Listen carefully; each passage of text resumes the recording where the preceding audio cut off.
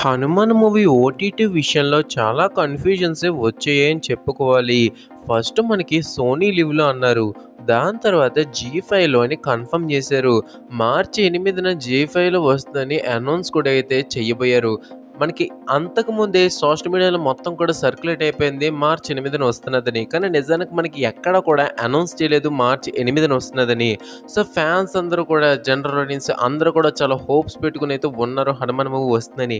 కానీ మార్చి 8నైతే రాలేదు. సో, మరి ఎప్పుడొస్తుంది? మనకిప్పుడు ఏ ప్లాట్‌ఫామ్‌లో ఏ డేట్‌న రిలీజ్ అవుతుంది? పక్కా ఇన్ఫర్మేషన్ అయితే వచ్చింది. అదేంటో చూసే ముందు ఇప్పటికొచ్చి మన ఛానల్ ఎవరైనా సబ్స్క్రైబ్ చేసుకోకపోతే వెంటనే మన ఛానల్ సబ్స్క్రైబ్ చేసుకోండి. ఇంకేం లేట్ చేయకుండా టాపిక్‌లోకి వెళ్ళిపోదాం.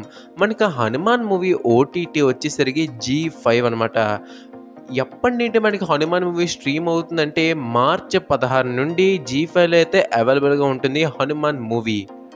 థియేటర్‌లో సూపర్ రెస్పాన్స్ అయితే తెచ్చుకుంది ఈ మూవీ. మరి ఓటీటీలో ఎలాంటి రెస్పాన్స్ తెచ్చుకుంటుందో మనం వేచి చూడాల్సి అయితే ఉంటుంది. Thank you for watching the video. జై హింద్.